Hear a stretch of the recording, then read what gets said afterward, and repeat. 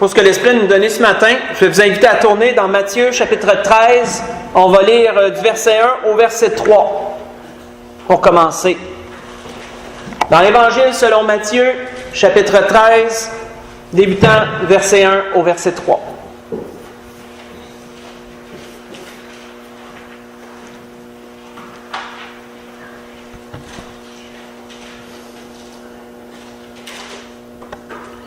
Où il nous est dit, ce même jour, Jésus sortit de la maison et s'assit au bord de la mer. Une grande foule s'étant assemblée auprès de lui, il monta dans une barque et il s'assit. Toute la foule se tenait sur le rivage. Il leur parla en parabole sur beaucoup de choses. Et il dit, on va arrêter là un court instant. Comme nous savons, frères et sœurs, Jésus était venu parmi son peuple, Dieu l'avait envoyé parmi son peuple, afin de lui annoncer une de bonnes nouvelles, premièrement, et de l'enseigner sur toutes les choses concernant la bonne nouvelle. Jean avait initié le parcours, avait aplani le sentier du Seigneur avec cette même bonne nouvelle, en disant au peuple, « Repentez-vous, car le royaume des cieux est proche. » Le royaume que le Seigneur va établir ici-bas, ce même royaume que les Juifs attendent eux aussi, où Jérusalem sera le centre du monde et que le peuple de Dieu sera le peuple qui gouvernera cette terre. Les Juifs attendent ça, eux aussi. Cette bonne nouvelle avait initié Jean. Elle est arrivée. Elle est prête de s'accomplir. Repentez-vous, car le royaume des cieux est proche. Nous voyons que le Seigneur avait continué cette bonne nouvelle car il en est le centre. Car pour accéder à ce royaume, pour en faire part, nous devons passer par la seule porte, le seul chemin qui est Jésus-Christ, bien sûr. Cette bonne nouvelle, le Seigneur l'avait annoncée, mais n'avait jamais vraiment approfondi l'enseignement jusqu'à cet endroit de Matthieu chapitre 13. J'ai déjà prêché sur des portions de ce chapitre, qui est un peu le chapitre des paraboles, parce que nous retrouvons au travers de ce chapitre 7 paraboles, et notez le chiffre 7, qui n'est pas là pour rien bien sûr, 7 paraboles qui parlent de certaines choses concernant le royaume des cieux. C'est dans ce chapitre que le Seigneur vraiment approfondit ce sujet qui est la bonne nouvelle du royaume des cieux. Nous avons déjà étudié certaines paraboles qui sont dans ce chapitre. Quand nous prenons les paraboles et que nous les analysons individuellement, nous pouvons voir qu'elles nous présentent une facette du royaume des cieux. C'est comme un peu prendre un objet et le tourner sur différentes façons pour en voir toutes les facettes. C'est un peu ça que les paraboles font. Ils nous présentent le royaume des cieux tantôt d'une façon, tantôt d'une autre, pour vraiment qu'on en prenne l'ensemble, qu'on comprenne l'ensemble de tout ça. Mais, frères et sœurs, ce que l'Esprit veut nous révéler ce matin, veut vraiment nous amener à réaliser, c'est que lorsque nous les lisons, nous pouvons reconnaître qu'il y a une chronologie. Qui veut dire que le Seigneur n'a pas seulement lancé un tas de paraboles tout mêlées comme ça pour parler d'un sujet, il les a mis dans un ordre précis parce que ça démontre un plan. Les 7 paraboles concernant le royaume de Matthieu 13 se suivent toutes et ont toute une logique entre elles. C'est un peu comme une introduction, un développement et une fin à une histoire. Ça se suit et ça a un sens. Et c'est ce que l'Esprit veut nous donner ce matin, de regarder. Le message va être entièrement tiré dans Matthieu 13 et nous allons lire attentivement ces 7 paraboles et en comprendre le plan, en comprendre le déroulement que le Seigneur voulait donner concernant cet enseignement du royaume des cieux. Nous commençons donc avec la première parabole, verset 4 au verset 9, et ensuite on va sauter à l'explication que le Seigneur aura donnée sur cette parabole, avant de continuer. Nous voyons qu'il est dit donc, un semeur sorti pour semer. La parabole des semences était la première que le Seigneur a donnée concernant le royaume des cieux. Comme il semait, dit-il, une partie de la semence tomba le long du chemin. Les oiseaux vinrent et la mangèrent. Une autre partie tomba dans les endroits pierreux, où elle n'avait pas beaucoup de terre. Elle leva aussitôt, parce qu'elle ne trouva pas un sol profond. Mais quand le soleil parut, elle fut brûlée et sécha, faute de racines. Une autre partie tomba parmi les épines. Les épines montèrent et l'étouffèrent. Une autre partie tomba dans la bonne terre. Elle donna du fruit, un grain 100, un autre 60, un autre 30. Et le Seigneur finissant cette parabole en disant que celui qui a des oreilles pour entendre, entende. Sautons maintenant au verset 18, où le Seigneur donne l'explication de cette parabole. Parce que entre ça, les disciples demandent au Seigneur, pourquoi leur parle-t-il en parabole? Et là, le Seigneur leur a dit que oui, il avait un message à donner, mais il devait parler par énigme. Parce qu'il avait été prophétisé par Ésaïe que ceux qui entendraient ne comprendraient pas, etc., etc. Mais il dit, vous donc, au verset 18, il parle aux apôtres, là. Il parle à ceux qui entouraient le Seigneur et le suivaient. Il dit, vous donc, comprenez. Vous donc, écoutez ce que dit la parabole du semeur. Lorsqu'un homme écoute la parole du royaume et ne la comprend pas, le malin vient et enlève ce qui a été semé dans son cœur. Cet homme est celui qui a reçu la semence le long du chemin. Alors, on peut dire que dans un premier temps, les indifférents. Il va en avoir toujours qui sont indifférents à la parole de Dieu. À qui il leur est donné la parole et ils n'en font aucun cas. Ceux-là, c'est comme s'ils ne se sentaient pas concernés. Ça leur passe 10 pieds par-dessus la tête, comme on dit en bon québécois. L'indifférence, c'est le terrain propice à Satan. Satan peut venir facilement enlever ce qui a été écouté et la personne, c'est comme elle avait entendu une chose parmi tant d'autres, puis ça passe, puis ça finit à y pense même plus, en bout de ligne. Premièrement ça. Il est dit par la suite, celui qui a reçu la semence dans les endroits pierreux, c'est celui qui entend la parole et la reçoit aussitôt avec joie. Mais il n'a pas de racine en lui-même. Il croit pour un temps, et dès que survient une tribulation, une persécution à cause de la parole, il y trouve une occasion de chute. Les églises en ont vu beaucoup de ces gens-là, des gens émotifs, des gens qui sont portés par par l'émotion du moment, des gens qui ne réfléchissent pas à la profondeur de ce qu'ils font, entendent la parole et aussitôt ils y croient. Ils y croient de quelle façon? Ils y croient d'une façon superficielle. C'est une apparence de salut. Ils viennent au pied de la croix, ils confessent Christ comme leur sauveur et Seigneur. L'Église est heureuse, on croit que ces gens-là sont sauvés puisqu'ils ont passé par le chemin que le Seigneur nous demande de passer. Mais qu'est-ce qu'on voit par la suite? Comme le Seigneur dit, dès que survient une épreuve ou une tribulation à cause de la parole, à la première chose qui arrive, ces gens-là débarquent et on ne les voit plus. Et là, on se demande, qu'est-ce qui se passe? C'était des gens qui avaient une apparence de salut, mais qui n'ont jamais vraiment compris ce qu'ils ont fait lorsqu'ils ont confessé Christ. Ils ont cru un peu de la tête, mais pas du cœur. C'est pourquoi quand on recule dans ce qui est dit, pas besoin d'y reculer, mais quand on regarde ce que le Seigneur avait dit premièrement, il avait dit, cette semence, elle croît immédiatement, mais elle n'avait pas de racines. Et ça prend des racines pour être sauvé. C'est pas seulement une croyance superficielle qui doit être, c'est une croyance du cœur. Une croyance qui va produire des fruits, qui va amener quelque chose de plus. Ces gens-là, on en a vu beaucoup passer dans les églises. Et ça nous a fait toujours de la peine de ne plus les voir revenir à la moindre chose. Mais l'épreuve a révélé la vérité. C'est des gens qui n'étaient pas vraiment sauvés. On continue en disant, par la suite, 22, au verset 22, « Celui qui a reçu la semence parmi les épines, c'est celui qui entend la parole, mais en qui les soucis du siècle et la séduction des richesses étouffent cette parole et la rendent infructueuse. » Il y a bien des gens à qui on apporte le royaume des cieux, on apporte la bonne nouvelle du Seigneur. Ces gens-là disent, oui, ça fait du sens, mais ils ont tellement à perdre. Ils sont dans des problèmes par-dessus la tête pour bien des choses. Ils ont de la richesse, ils ont de l'argent, ils ont des moyens, ils ont ci, ils ont ça. Ils ont tellement de choses que la parole, ça n'a pas de place dans leur vie. Ils sont tellement déjà préoccupés par plein d'affaires. La vie est remplie de toutes sortes de choses. Ce sont tous des épines. Et la semence, elle ne peut pas croître là-dedans. Elle est étouffée dans toutes ces choses-là. On en voit aussi beaucoup de ces choses-là dans le monde. Et, comme le Seigneur disait, il y a la dernière semence. Celui qui a reçu la semence dans la bonne terre, c'est celui qui entend la parole et la comprend.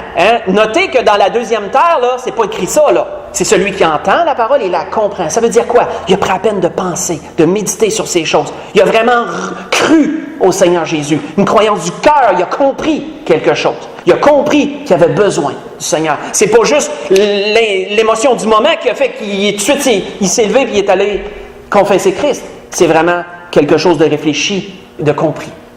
Et qu'est-ce qu'il dit? Il porte du fruit. C'est pas juste une pousse, il y a des racines dans le fond. Il y a des racines qui sont ancrées dans le sol. Il porte du fruit, un grain en donne 100, un autre 60, un autre 30. la bonne nouvelle commence-t-elle? Comment le royaume de Dieu commence-t-il? Il commence par la parole qui est donnée. Ça commence comme ça. Le Seigneur n'aurait pas pu donner une autre parabole que celle-là pour introduire le royaume, parce que ça commence en parlant à ceux qui nous entourent. Ça commence en recevant cette parole, en l'écoutant, et la suite se révèle. Mais il y a une chose qui est sûre, frères et sœurs, peu importe laquelle des terres que c'est, la parole de Dieu révèle ce qui est dans le cœur. La parole de Dieu, c'est une puissance. C'est une puissance qui surpasse toute puissance qu'il y a dans ce monde. C'est une puissance qui révèle les choses. Elle met en lumière ce qui est caché, la parole de Dieu. Un peu comme l'auteur d'Hébreux l'avait dit, une parole puissante à propos de la parole de Dieu, quand il dit « Car la parole de Dieu est vivante et efficace, plus tranchante qu'une épée quelconque à 2 tranchants, pénétrant jusqu'à partager âme et esprit, jointure et moelle. Elle juge les sentiments et les pensées du cœur. » Et cette parole qu'il est dit par la suite, « Nulle créature n'est cachée devant Dieu, mais tout est nu et à découvert aux yeux de celui à qui nous devons rendre des comptes. » Vous voyez ça dans Hébreux chapitre 4, verset 12 et le verset 13. Peu importe, ça commence par la parole qui est donnée et la parole révèle ce qui est caché, ce qui est dans le cœur vraiment. Les indifférents, les émotifs, les superficiels, ceux qui sont envahis par les choses de ce monde et ceux qui sont prédestinés à la vie éternelle. La parole les révèle tous, peu importe qui ils sont. Continuons. À partir du verset 24, nous voyons une deuxième parabole que le Seigneur introduit. La parabole de l'ivraie et du bon grain. Parabole, frères et sœurs, qui va nous révéler la condition présente du royaume. Le Seigneur est en train de restaurer le royaume des cieux, de le préparer. Mais comment est-il présentement? N'oublions pas que le Seigneur avait dit à un autre endroit que ce sont les violents présentement qui s'emparent du royaume des cieux. Que présentement, le royaume est dominé par Satan. Que présentement, les fils du malin sont dans le monde. Mais le Seigneur est en train de ramener les choses. Le royaume des cieux est en préparation. Nous voyons la deuxième parabole révéler la condition présente du royaume. Et nous voyons qu'il est dit, il leur proposa une autre parabole et il dit, « Le royaume des cieux est semblable. » Ça, le Seigneur l'a toujours dit dans ses paraboles, ou quasiment toujours. Le royaume des cieux est semblable à un homme qui a semé une bonne semence dans son champ. Mais pendant que les gens dormaient, son ennemi vint, sema de l'ivraie parmi le blé et s'en alla. Et lorsque l'herbe poussait et donna du fruit, l'ivraie parut aussi. Les serviteurs du maître de la maison vinrent et lui dirent, « Seigneur, n'as-tu pas semé une bonne semence dans ton champ? D'où vient donc qu'il y a de l'ivraie? » Et il leur répondit, « C'est un ennemi qui a fait cela. » Et les serviteurs lui dirent, « Veux-tu que nous allions l'arracher? » « Non, dit-il, de peur qu'en arrachant l'ivraie, vous ne déraciniez en même temps le blé. » Quand nous regardons, et j'en ai déjà parlé, mais je ramène ces choses à votre esprit, frères et sœurs, quand nous analysons un peu les images que le Seigneur donne, l'ivraie et le blé ont la même tige, les feuilles sont très semblables, il n'y a pas grand-chose qui les différencie, c'est à s'y méprendre jusqu'à ce que le fruit paraisse. Le fruit révèle si c'est le blé ou si c'est l'ivraie. Parce que peu importe que la tige ou les feuilles soient très, très, très pareilles, le fruit est complètement différent. Le blé donne un fruit nourrissant, un fruit qui est bon pour la santé, qui peut être utile à plein de choses. Pensez à tout ce qu'on fait avec le blé, on ne finirait pas d'en nommer, s'il y en a beaucoup. Mais l'ivraie, c'est un fruit toxique. L'ivraie, c'est dangereux, ça peut empoisonner une personne, ça peut même la tuer si elle en prend beaucoup. Donc, la différence, elle est frappante. Et l'apparence du fruit n'est même pas pareille. Le blé, c'est comme toute une belle tige avec tous des petits grains bien cordés. L'ivraie, c'est comme c'est comme n'importe quoi. C'est comme des boutons disparates comme ça, là. C'est pas pantoute pareil. On le reconnaît à son fruit. Et ça peut sûrement vous rappeler ce que le Seigneur a dit. On reconnaît un arbre à son fruit.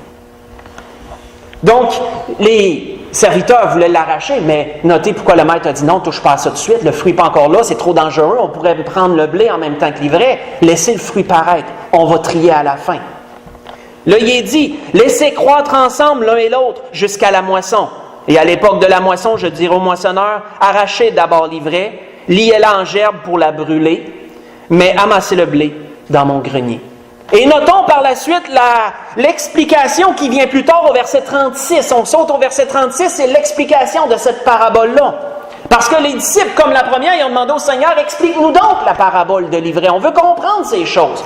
Et le Seigneur de dire, au verset 37, il répondit, celui qui sème la bonne semence, c'est le Fils de l'homme. C'est le Seigneur qui apporte la bonne nouvelle, qui sème la semence. C'est le Fils de l'homme. Le champ, c'est le monde. La bonne semence, ce sont les fils du royaume. L'ivraie, ce sont les fils du malin.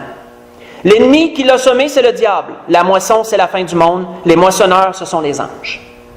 Or, comme on arrache l'ivraie et qu'on la jette au feu, il en sera de même à la fin du monde. Le Fils de l'homme enverra ses anges qui arracheront de son royaume les scandales et ceux qui commettent l'iniquité. Ils les jetteront dans la fournaise ardente où il y aura des pleurs et des grincements dedans. Alors les justes resplendiront comme le soleil dans le royaume de leur Père. Et ensuite il est dit que celui qui a des oreilles pour entendre, entende. Quand le Seigneur dit ça, ça veut dire, portez attention, il y a des profondeurs au travers de ce que je viens de vous dire. On voit que l'apôtre Paul avait un peu expliqué ce que le Seigneur a dit aussi au travers de cette parabole, la condition présente du royaume, où il y a des personnes prédestinées à la vie éternelle, des gens que Dieu connaissait d'avance, que Dieu savait qu'il irait au salut, parce qu'on sait que lorsque Dieu crée une chose, il en connaît le début et la fin. Il y en a qui sont prédestinés à la vie éternelle, réservés d'avance pour cela, et il y en a malheureusement qui iront en enfer. C'est la condition présente. Et l'un et l'autre croient ensemble, un peu comme l'ivraie et le blé. On voit que l'apôtre Paul avait expliqué ces choses aux Romains en leur disant ceci, « Ô homme, toi plutôt qui es-tu pour contester avec Dieu? » Il disait par la suite, « Le potier n'est-il pas maître de l'argile pour en faire avec la même argile, avec la même masse un vase d'honneur et un vase d'usage vil? » Notez que l'apôtre Paul enseignait à les Romains sur ces choses, mais sous l'image de vases. Certains vases sont inutiles et certains vases sont utiles. Les vases d'usage vil servaient à des tâches, comment je pourrais dire, des tâches sales, rien de vraiment, comme pas pour mettre de la nourriture dedans ou pas pour mettre des choses qui sont bonnes. Et les vases d'honneur étaient des vases dont on se servait pour les choses qui étaient pour la nourriture, pour le breuvage, etc. C'était pour d'autres choses. Il est dit, et que dire, si Dieu voulant montrer sa colère et faire connaître sa puissance, a supporté avec une grande patience des vases de colère prêts pour la perdition. Notre Dieu, frères et sœurs, est tellement rempli d'amour qu'il crée une chose. C'est d'avance que cette chose le rejettera. On parle d'être humain en soi. Mais Dieu va quand même leur laisser la chance de vivre. Dieu va quand même leur permettre, leur donner la même chance que quelqu'un d'autre prédestiné à la vie éternelle. Ils vont pouvoir naître, vont pouvoir grandir, vont pouvoir expérimenter les choses de cette vie, et Dieu va les supporter avec une grande patience. Même s'ils l'irritent, même s'ils lui font mal, il va les supporter jusqu'à la fin. Mais ils sont malheureusement pour la perdition. À cause d'eux, c'est le choix qu'ils font. C'est pas Dieu qui les oblige à aller là, c'est le choix qu'ils font. Mais Dieu est rempli d'amour, va leur laisser quand même la vie et la chance de vivre. N'importe quel potier, s'il saurait d'avance que son vase ne servira à rien, il pourrait le détruire en partant et dire « Je vais rien que faire des choses utiles, je ne ferai rien d'inutile, ça donnerait quoi? » Notre Dieu est très spécial. Pas comme ça. C'est ce que l'apôtre Paul avait expliqué aux Romains. Et s'il a voulu faire connaître la richesse de sa gloire envers les vases de miséricorde qu'il a d'avance préparés pour la gloire, disait l'apôtre Paul, avec un point d'interrogation, ce que je vous ai lu, c'est dans Romains chapitre 9, j'ai lu à partir du verset 20 jusqu'au verset 24. Verset 23. Verset 20 au verset 23 de Romains chapitre 9. L'apôtre Paul expliquait un peu le mystère dans ces choses, la profondeur dans ces choses-là. La condition présente du royaume, s'il y a deux types de gens. Il y a des gens qui iront à la vie éternelle et il y a des gens qui iront à la perdition éternelle. C'est la condition présente du royaume.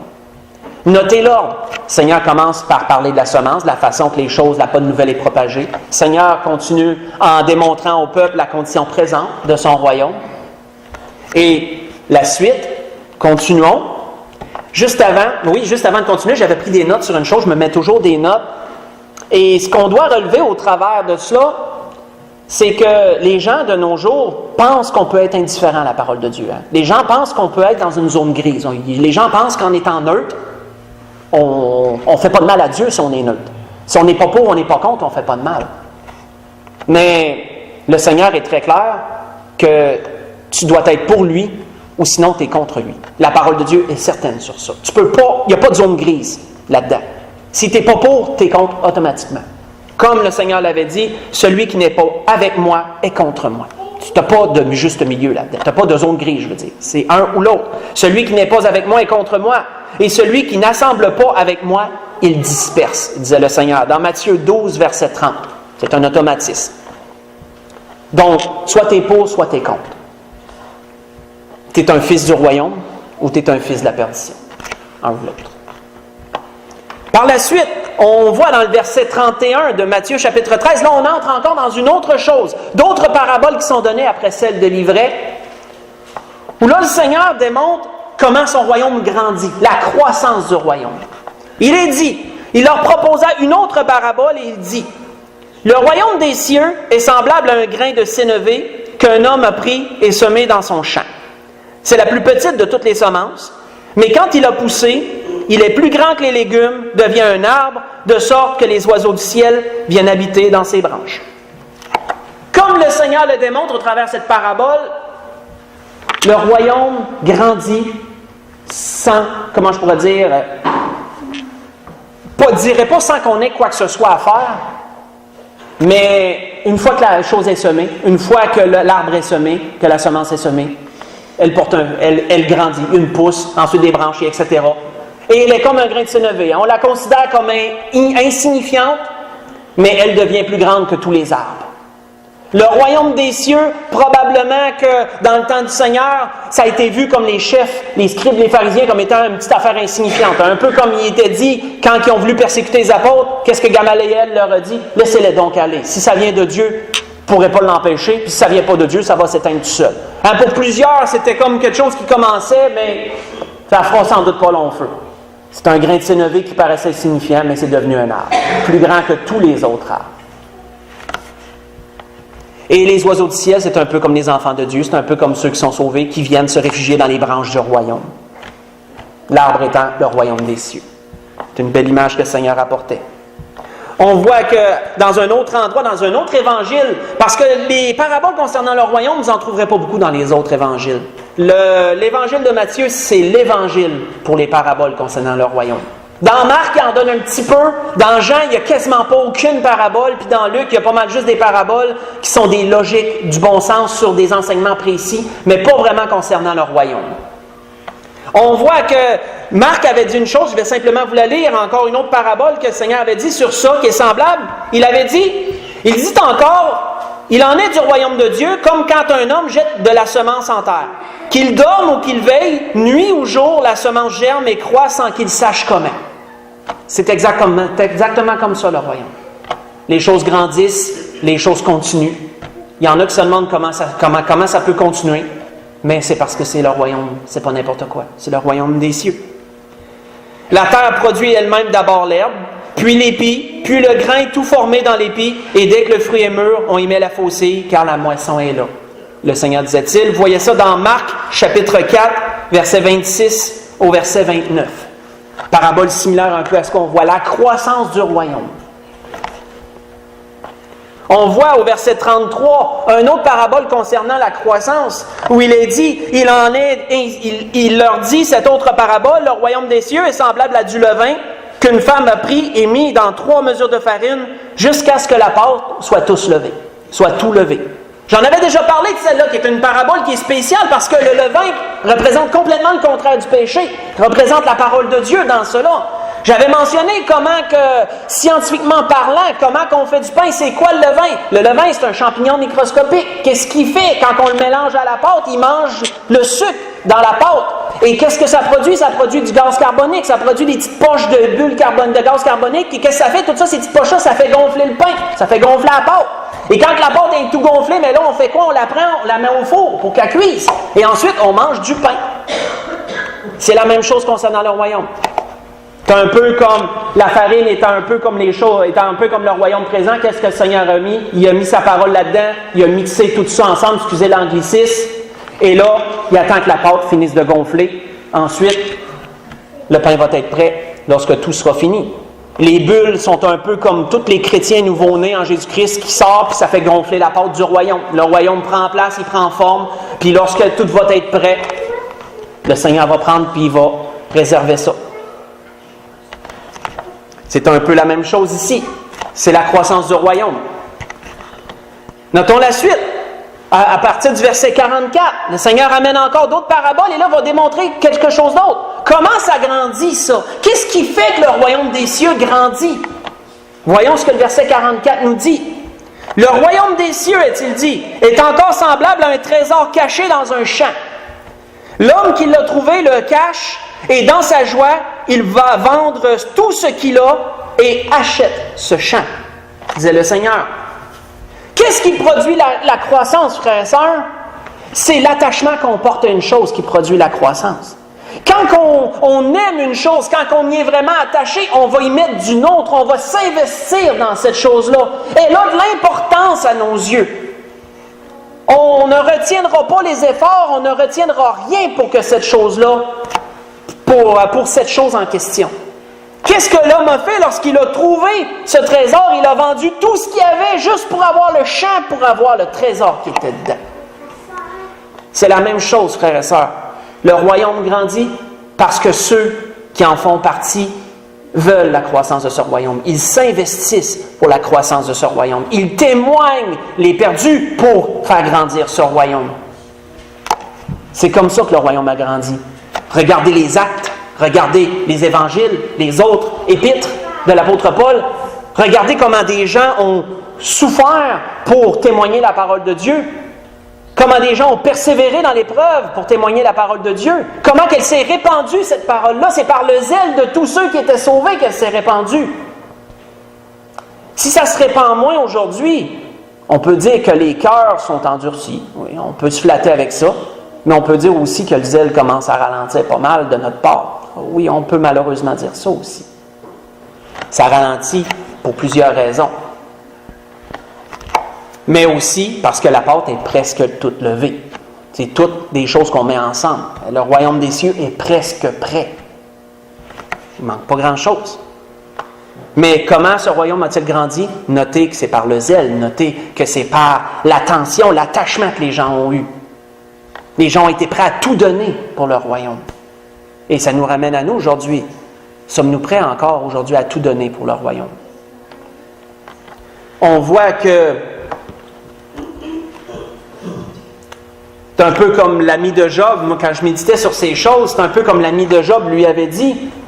Il avait dit à Job, Éliphaz avait dit à Job, « Jette l'or dans la poussière, l'or d'Ophir, parmi les cailloux des torrents, et le Tout-Puissant sera ton or, ton argent et ta richesse. » Quand t'en viens à être capable de tout délaisser les choses de ce monde, puis de dire, « Mon or, mon argent, ma plus grande richesse, c'est Dieu », t'es pas mal attaché. Et ça fait grandir le royaume. Personnellement, et autour de nous, ça va se refléter également, car on est capable d'être rendu là. On est capable de faire ça. On voit au verset 45 encore une autre parabole, mais qui est toujours dans le même sujet. Comment le royaume grandit-il? Il est dit, le royaume des cieux est encore semblable à un marchand qui cherche de belles perles. Il a trouvé une perle de grand prix. Il est allé faire quoi? Comme l'autre, hein? Il est allé vendre tout ce qu'il a et il l'a acheté. Notez qu'il cherchait. Il cherchait de belles perles. Qu'est-ce qui fait la croissance, frères et sœurs? C'est l'attention qu'on met à une chose, mais c'est quand on la cherche aussi. Quand on veut l'approfondir, qu'on veut s'en imprégner davantage.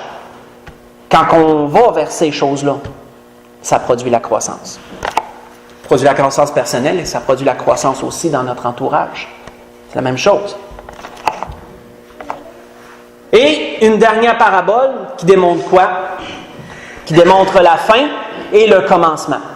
La fin du royaume des cieux tel qu'il est présentement, où les violents s'en emparent, et le commencement du royaume des cieux tel que Dieu veut qu'il soit, tel que le Seigneur le prépare présentement pour l'avenir. Mais notez la chronologie jusqu'à présent, et si vous avez noté ces choses, vous voyez que ça suit tout. Ça commence par être semé. Ensuite, le Seigneur a démontré la condition présente. Hein? Il y a de l'ivraie puis il y a du blé. Ensuite, ça disait comment que le royaume grandit. Hein? C'est quelque chose qui grandit nuit et jour sans qu'on sache comment. Les choses continuent à se faire et le royaume grandit. Notez par la suite qu'on a vu comment ça grandit. Si c'est précieux pour nous par l'intérêt qu'on y porte, par l'attention qu'on y met, etc. Et le Seigneur leur disait une dernière parabole au verset 47, à partir du verset 47, « Le royaume des cieux est encore semblable à un filet jeté dans la mer et ramassant des poissons de toute espèce. Quand il est rempli, les pêcheurs le tirent. Après s'être assis sur le rivage, ils mettent dans des vases ce qui est bon, ils jettent ce qui est mauvais. Les poissons comme étant les fils du royaume et le reste comme étant malheureusement l'ivraie et tous ces autres exemples-là. Les gens qui vont malheureusement aller à la perdition. Gardent ce qui est bon, jettent ce qui est mauvais. Il en sera de même à la fin du monde, est-il dit. Les anges viendront séparer les méchants d'avec les justes et ils les jetteront dans la fournaise ardente où il y aura des pleurs et des grincements dedans. Toute parabole, frères et sœurs, tout l'enseignement du Seigneur a toujours démontré que, à la fin, toute chose est révélée. Tout l'enseignement du Seigneur a toujours démontré qu'on fait des choix au cours de nos vies, mais qu'à la fin, c'est toujours révélé les conséquences que nos choix apportent. Le résultat de chacun de nos choix sont toujours révélés à la fin. C'est un peu pour ça que Salomon, d'ailleurs, disait dans l'Ecclésiaste que vaut mieux la fin d'une chose que son commencement.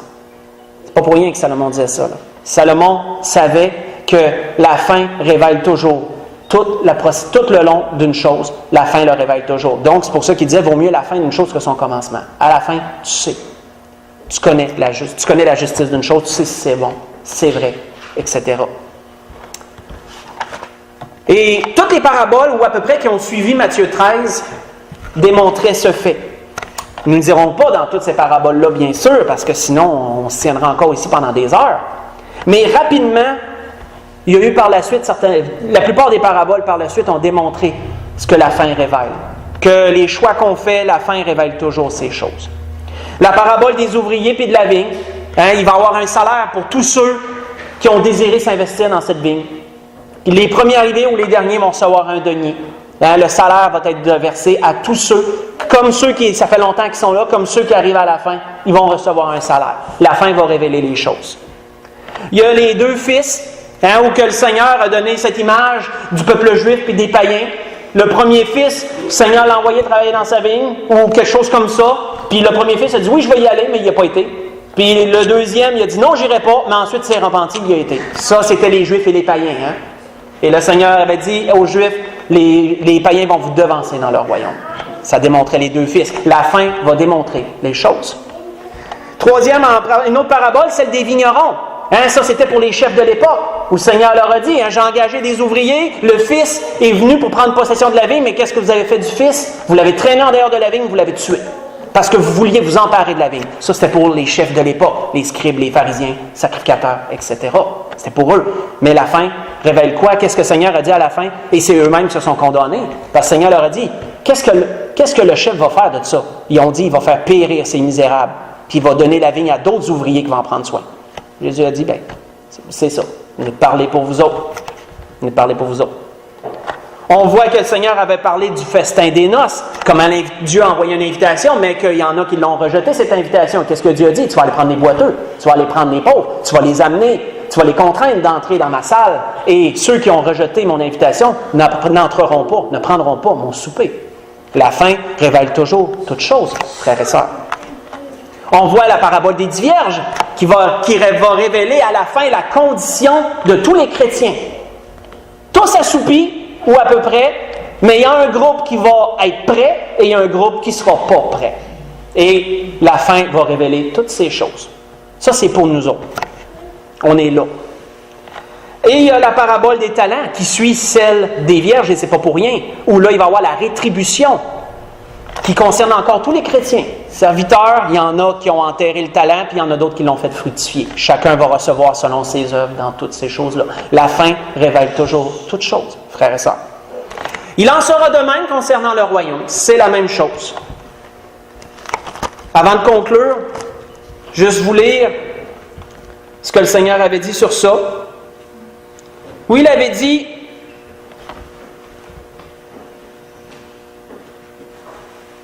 Alors le roi dira à ceux qui seront à sa droite, Venez, vous tous qui êtes bénis de mon Père, prenez possession du royaume qui vous a été préparé dès la fondation du monde. » Ça va être pour ceux qui vont avoir reçu le Seigneur, qui vont avoir fait fructifier leur talent, qui vont s'être investis pour le royaume à venir. « Car j'ai eu faim, disait le Seigneur, vous m'avez donné à manger. J'ai eu soif, vous m'avez donné à boire. J'étais étranger, vous m'avez recueilli. J'étais nu, vous m'avez vêtu. J'étais malade et vous m'avez rendu visite. J'étais en prison et vous êtes venus vers moi, disait le Seigneur. » Mais à d'autres, il dira ensuite, à ceux qui seront à sa gauche, « Retirez-vous de moi, maudits. Allez dans le feu éternel qui a été préparé pour le diable et ses anges. » Et ensuite, il leur dit la même chose. « Quand j'ai eu faim, vous ne m'avez pas donné à manger, etc., etc. » Et à la toute fin, il a dit, « Et ceux-ci iront au châtiment éternel, mais les justes à la vie éternelle. » Voyez ça dans Matthieu chapitre 25. J'ai lu le verset 34 et 35. Ensuite, je suis sauté au verset 41 et j'ai fini par le verset 46. Et pour conclure, frères et sœurs, ce que l'Esprit a voulu nous donner ce matin, une question. Matthieu chapitre 13, verset 51. Qu'est-ce que le Seigneur leur a dit? Avez-vous compris toutes ces choses? C'est la question que l'Esprit nous donne ce matin. On peut se lever pour le dernier cantique.